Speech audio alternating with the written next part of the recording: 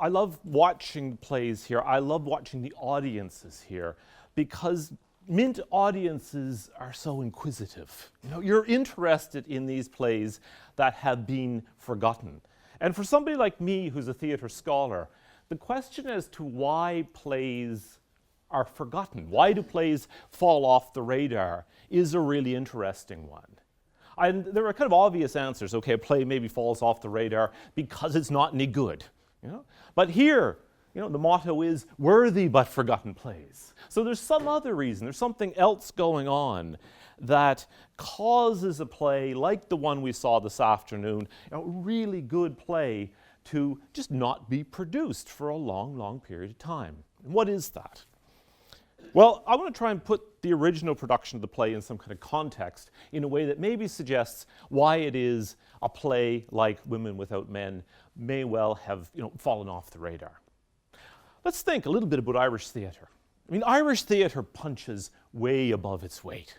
You know, Ireland, a little island with a population less than Long Island's, has produced, you know, no more than 3 Nobel laureates in drama: Samuel Beckett, W.B. Yeats, George Bernard Shaw. And in fact, we could even count Seamus Heaney as a playwright, because as you probably know, in the Irish Rep Theatre at the moment, they're doing one of Heaney's plays, The Burial at Thebes. So we've got 4 Nobel laureates who have written for the theatre in a little place, you know, as I say, with a population less than Long Island. So, you know, how did that happen? Well, a lot of it has to do with the kind of energy that was in Ireland at the beginning of the 20th century, the kind of cultural energy that went into the Irish literary revival, that involved people like W.B. Yeats, that involved playwrights like John Millington Synge, author of the Playboy of the Western World. And it was part of a kind of movement to revive Irish culture. And it was done in very, very specific terms. I mean, let's look at some of the words of writers from that period.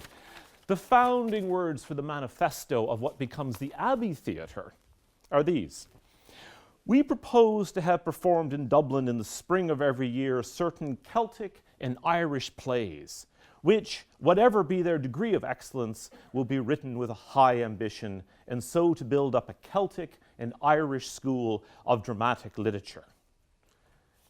Here's Maud Gonne, a woman who was very much involved in theatre in those years, who was beloved of W.B. Yeats, wrote a lot of love poetry to her. That's a long story, won't go into that. But here's Maud Gonne writing about what she thought a national theatre should be in Ireland. "A national theatre," she says, "like all other branches of national literature, must have its roots deep down in the centre of national life. In Ireland, it must draw its vitality from that hidden spring from which the 7 fountains of Gaelic inspiration flow. Otherwise, its branches will not have the strength to blossom under the blighting wind of foreign civilization and thought, which has blown for so long over Ireland." Now, by foreign, she doesn't mean the Tonga Islands or the Ukraine. No, she means England. That was the kind of rhetoric that was being generated around the beginning of the 20th century. And as I said, it produced some great theatre. Plays like Synge's Playboy of the Western World are still being produced. They are still great works of theatre. Even, you know, Yeats's plays, his mythological plays, which aren't done very often, when you see them, are incredibly powerful pieces of work.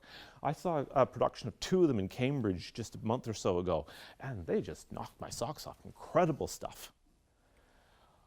But that definition of what constitutes a national theatre could be very limiting. Let's think about Hazel Ellis. She's born in 1909. When the Easter Rising, the centenary of which we're celebrating, or commemorating is probably the correct word, this year, in fact, this next month in March, when that happened, she was 7 years old. When Ireland became independent in 1921, she was what? She was 12, 13 years old. There's a sense of belatedness with Hazel Ellis's generation. That sort of passion, that sense that you could invent a national culture, has already come and gone by the time she's in her teens, by the time she's growing up. So there's a question of, well, what do you do? How do you respond? How do you live after all that excitement? One of the curious things about kind of Irish cultural history in that part of the 20th century is that all that energy that was there at the beginning, after Ireland becomes independent, after 1921, after 1922 in the Civil War, almost all that energy turns inward. One of the very first pieces of legislation that the Irish government passed in 1923 was a bill to censor films. In 1929, there was a major piece of legislation passed to censor publications. There was a sense in which all that energy, that cultural energy that was developed in the 1890s and in the first decade of the 20th century, became a kind of orthodoxy by the late 1920s. There was a sense of turning inwards, of pulling down the shutters, of going into a kind of hibernicization, if you like, kind of pulling things down.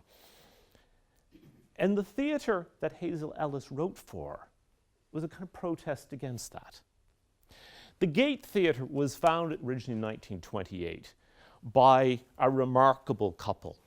Now, Ireland in the late 1920s wasn't very comfortable with sex of any sort. And the Gate Theatre was founded by a gay couple. Two men, Hilton Edwards and Micheál Mac Liammóir. And they were remarkable in all sorts of ways, not only being an openly gay couple in Ireland in the late 1920s and 1930s. I mean, Ireland today is a different story. As you probably know, last May, we were the first country to actually vote for same-sex marriage. 2/3 of the population said, yeah, sure, why not? But in the 1920s and 1930s, the possibility that such a thing might even be contemplated was not even on the agenda. And yet, living in Dublin at that time were this couple, Micheál Mac Liammóir and Hilton Edwards, who founded a theatre. And Mac Liammóir in particular was not shy about his sexual identity. He went around Dublin in full makeup. He once fell in love with the cop who directed traffic at the top of O'Connell Street. And stood for hours staring at him. He says, moonstruck like a bull calf, watching this kind of vision in blue serge. Mac Liammóir was fascinating in other ways as well, in that Micheál Mac Liammóir wasn't actually his real name, and he wasn't actually Irish.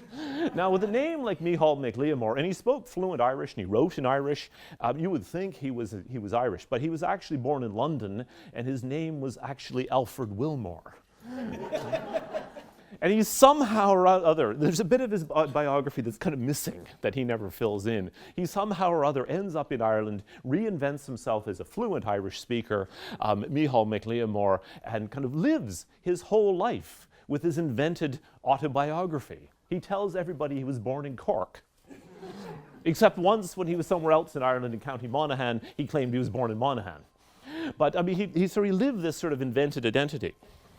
But the Gate Theatre was founded, essentially, to kind of challenge the sort of, if you like, this kind of orthodoxy of what constituted Irish culture. Here was their manifesto. The Gate Theatre was set up to establish in Dublin an international theatre for the production of plays of unusual interest, and to experiment in methods of presentation free from the conventional limitations of the commercial theatre. Mac Liammóir's own account of setting up the Gate Theatre is very telling. He says, we started with a stage on which you could hardly swing a cat. In fact, their stage was about the size of what we have here. He says, so we decided to throw caution to the winds for once and staged Peer Gynt. Now, if you know Peer Gynt by Ibsen, it was first of all never intended to be staged in the first place, and it has scenes of reindeer hunting in the Norwegian mountains, a scene where crossing the desert in Egypt with the Sphinx in the background, a storm at sea. It has all sorts. It's not the sort of thing you'd want to stage in this, stage this size. But Micheál Mac Liammóir did Peer Gynt, and he did it quite simply with just a simple kind of backdrop where he illuminated the back of the stage with a kind of sky blue, and he had two just kind of cutout shapes like steps, which could be wheeled around, and you could make a mountain, you could put them the other way, and you could make a pyramid. The kind of thing that we regularly do in the theatre now, but in 1928 was absolutely revolutionary. It was also a kind of rebellion against the sense in Ireland of those years of living in a culture with limited options. You take a stage 20 feet by, I think it was 16 feet, and you do Peer Gynt. You say the limitations don't matter. We can break out of the limitations with imagination. The next play they did was Oscar Wilde's Salome. Here's MacLeomore's description of it. In Salome, we had a lovely set in black and silver and viperish green, with the entire cast stripped almost naked. This we did partly because it is obviously the thing to do, and partly for reasons of economy. For, as I pointed out, the idea of tawdry finery is unthinkable in a Wilde play. It must be Cartier or nothing at all. And the one thing in the world that is not tawdry is the human form, provided it be of reasonable youthfulness and strength, and do not gorge itself at every meal. That's from his autobiography, All for Hecuba, which is hilarious. Completely unreliable, factually not very good, but really, really fun to read. You get a sense of the kind of, if you like, rebellion that the Gate was staging. It was a rebellion against this sense of limited opportunities. MacLeomore at one point says that the Gate was considered by many audiences to be highbrow, decadent, and unintelligible by turns. But here's what other people who were involved with the Gate were writing about. This is a woman named Mary Manning, who I'll talk about in a few minutes. She says, now that the little theatres of the world have done their best and are dropping into bankruptcy, and the commercial theatre has done its worst and is making a belated search for new plays, the Gate retains its balance and is going straight ahead. The kind of repertoire that the Gate premiered in the 1920s and 1930s is actually fairly close to a kind of mainstream repertoire today. Classics of modernism, they did a lot of O'Neill, for instance, innovative productions of Shakespeare, and then they would do things like adaptations of Wuthering Heights, and plays like the one you saw here today, Women Without Men. Somebody else involved with the Gate Theatre, a man named Lord Longford, also another larger-than-life character, says, the Gate has not confined itself to plays written by men with faultless Gaelic pedigrees, acted by Gaelic footballers, and produced by professional politicians. And he says this, no person or institution can justly claim to be international, and yes, unless it is also profoundly national, or to be national while repudiating the best that the world has to offer for the nation's good. No person or institution can claim to be international unless it's national, or to be national while repudiating the best that the world has to offer. It's a real challenge to a kind of narrow gauge nationalism that says the only authentic Irish theatre is one that is just about Ireland, that is inward looking. Now, this is the world that the young Hazel Ellis finds herself in 1929. And she is young. I think when she first starts acting in the Gate, she's actually, I think, probably still in school. And if she's not still in school, she's fresh out of school. Let's think about some of the people who were gathered around the Gate in those years. One of the people who was involved in the Gate in those years was a student. Ellis, when she started there, had just finished school and had started in Trinity College Dublin, where I work. One of the other people who was involved with the Gate in those years was another student from Trinity College Dublin, a student of French, Samuel Beckett. Beckett was very close to a woman named Mary Manning, who had gone to the same school as Hazel Ellis. And Mary Manning and Beckett were very close friends. Mary Manning wrote a play called Youth's the Season, ? In which Beckett suggested a character called Ego Smith, who never speaks. And that was Beckett's first and only acting role. Beckett played this silent character, who is in the first act a kind of confidant to one of the characters, in the second act a silent bartender, and in the third act a kind of sinister doppelganger for the main character, who's a poet named Terence Killigrew, who we're told writes scant amounts of poetry but drinks copious amounts of alcohol. And Beckett becomes this kind of doppelganger for him. So we have Samuel Beckett spending time around the Gate in these years. And Beckett, in some ways, Beckett and Hazel Ellis come from similar backgrounds. They both come from sort of prosperous Protestant in the sense of Church of Ireland, Episcopalian, upper middle class backgrounds in Dublin. And both of them are not terribly happy with those backgrounds. You know? In fact, I'm supposed to say Beckett's not terribly happy with anything. It's a bit of an understatement. But they were both rebelling against that. What the gate provided was a kind of bohemian place they could escape from that. Who else was at the gate? Well, one of the people who turned up in the gate in 1930 was a 17-year-old American who claimed that he was a major actor in the United States. In fact, he'd only ever been in a few plays, few school plays, never acted professionally. His name was Orson Welles. And McLeomore, immediately recognizing a talented con artist like himself, hired him on the spot. So Welles's first professional performance was in a play called Jew Sus by Ashley Dukes on October 13th, 1931 in the Gate Theatre. And he spent time there in the Gate and was friends with McLeomore and Edwards for the rest of their lives. When McLeomore and Edwards arrived here in New York in the 1940s, the person who met them on the wharf when they came off the boat was Orson Welles. Actually, their account of arriving in New York is really, really funny because they're on the ship and all the way across there are enthusiastic New Yorkers telling them about the New York skyline. And McLeomore says, "We began to dread the skyline the way you would a dentist or a ghost." They had heard so much about it. You know, you're going to love the New York skyline. Somebody else who was involved with the Gate in these years, and this I'm just giving you a sense of the kind of milieu in which Hazel Ellis is moving, was a writer named Dennis Johnson. Johnson is, again, a really interesting person. Johnson starts writing plays that are very much plays about plays. He writes a play called The Old Lady Says No, which is first produced in 1929, and it gives Hazel Ellis her first acting role. Now, The Old Lady Says No, the title comes from the fact that it was originally submitted to the Abbey, and apparently Lady Gregory didn't like it. And it was originally called Shadow Dance, and somebody had written on the script when they were rejecting it, The Old Lady Says No. And being a bit cheeky, Dennis Johnson said, I very much appreciated the advice that the Abbey gave me in changing the title, and called it The Old Lady Says No. The Old Lady Says No starts out like a kind of 19th century patriotic melodrama featuring Robert Emmet, who had staged rebellion in Dublin in 1803. And so you have Robert Emmet on stage in a kind of green uniform with the kind of, the frogging and the ampulettes and the whole lot, speaking in verse, never until my nation takes its place among the nations of the world will I be at rest, and so on. And he's kind of, doing the whole histrionic thing. And the curtain comes down, hits him on the head, and knocks him out.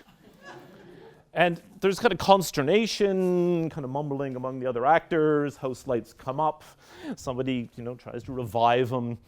And then Emmet gets back up, and he's still Robert Emmet. But he's not in a melodrama anymore, he's in contemporary Dublin. And he's meeting kind of ordinary contemporary Dubliners. And it's a play that's very much a play about theatre. It's a metadramatic play. It's what we would now recognize as a kind of theatre that is self-consciously theatrical. Hazel Ellis played in that. That was her first role. She was simply in a group of cast members called The Others, and there's production photos showing them all dressed in black, doing these kind of choreographic things, pointing up at Emmet, for instance, when he's making speeches, playing various roles, characters moving in and out of role. That was the kind of thing she was doing when she started acting. Actually, Johnson, just footnote here, give you a sense of the kind of people who are involved with the Gate. Dennis Johnson goes on from writing plays to being involved with early television. He's actually one of the first television producers for the BBC, making television in 1938 and 39, that early. And he's the person that, when you see somebody on television today talking and they're holding the mic like that, he is the first television producer to do that. Because in the very early days of television, all the sound men had been working in film. And they were all desperately trying to keep the mic out of shot up here somewhere. And Johnson said, look, the thing that makes television and not film is that it's live, right? Because the first television was all live. There was no way of recording it. There was no magnetic tape in those days. So he said, we emphasize the liveness by putting the microphone out front. And he was the first person to do that. We take it for granted today. he was the first person to do that.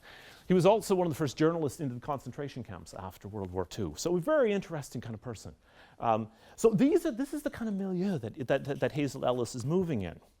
She moves on to act in other plays. She acts in this play Youth is the Season with Samuel Beckett as well in the cast as a kind of silent role. Cyril Cusack, great Irish actor, is acting with the Gate in those years. Hazel Ellis acts opposite him. And then 1936, she writes a play, Portrait in Marble, which is about Lord Byron. Now, it's a real vehicle for Micheál Mac Liammóir. I mean, Mac Liammóir had the kind of actorly voice that I'm not even going to attempt to do. He loved those kind of big theatrical roles. And when you read this play, Portrait in Marble, you can see Hazel Ellis in some ways almost channeling Wilde. There's a kind of Wildean wit to it. You know, at one point, for instance, Byron's character says to somebody, you know, I like you better when you're absent. You know, it's a real Wildean line. It says, you know, the only thing I ever did to offend my uncle was to be born. I mean, there are lines like that in it, which are, you know, they're real Wildean sort of things. It's not a realistic play. It's very much in that sort of, you know, very theatrical style. So what happens then in a play like Women Without Men?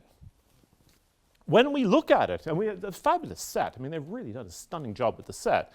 You know, we've got real doors, we've got real architraves, there's even a wire running up there for the light switch.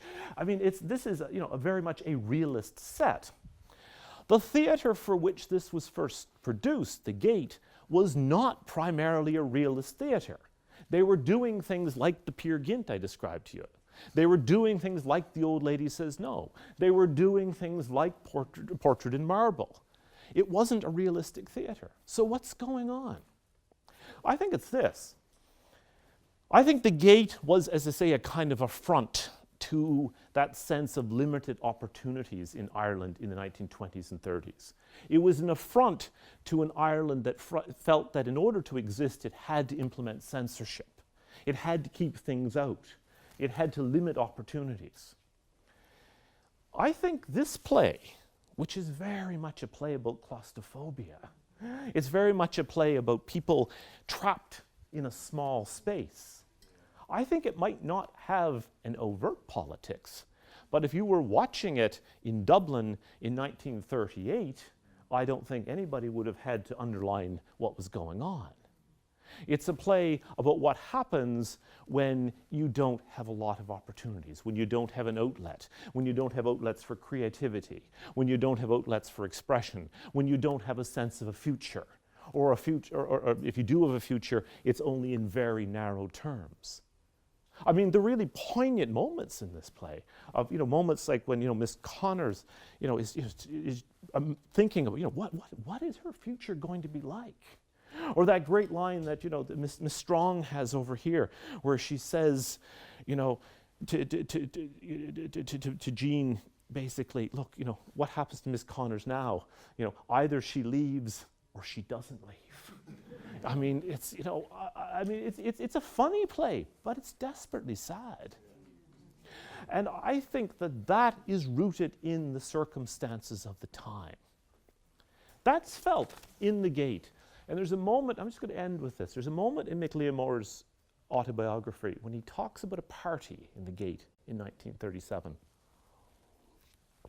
And he says this. He's described this as a party that happened in 1937, January. So Hazel Ellis would have been there. And he describes this party. And it's the kind of party that you'd expect where you get talented, creative people with too much drink in them. You know, it's lively. There's things happening. And Mac Liammóir says to himself, where, I wondered, did all this lead to? In a country unbroken by conquest, in England or France or where you will, a dozen developments will be the result of tonight. But here in Dublin, nothing has happened since Easter week 1916. The Irish actor is like an unregistered passenger who tumbles out of an aeroplane. He leaves no trace behind him. Yet, who knows what he may experience during the fall? We laugh, we gesticulate and protest, but it is no more to Dublin than the sound of a child weeping. Nothing ever happens. And you think of that circle that were gathered in the gate when Hazel Ellis started working there. Beckett goes to Paris, becomes Beckett. McLeomore increasingly is less and less involved with the gate. He starts touring his one-man wild show in later years. Hilton Edwards, who directed the first production of this show, goes to work in Irish television. Dennis Johnson, as I say, goes on to become a kind of major figure in the development of television. Orson Welles becomes Orson Welles. They all left in one way or another. And the only way they could really achieve a kind of realization, self-realization, was to leave. So we go back to our original question: how does a play like this get lost?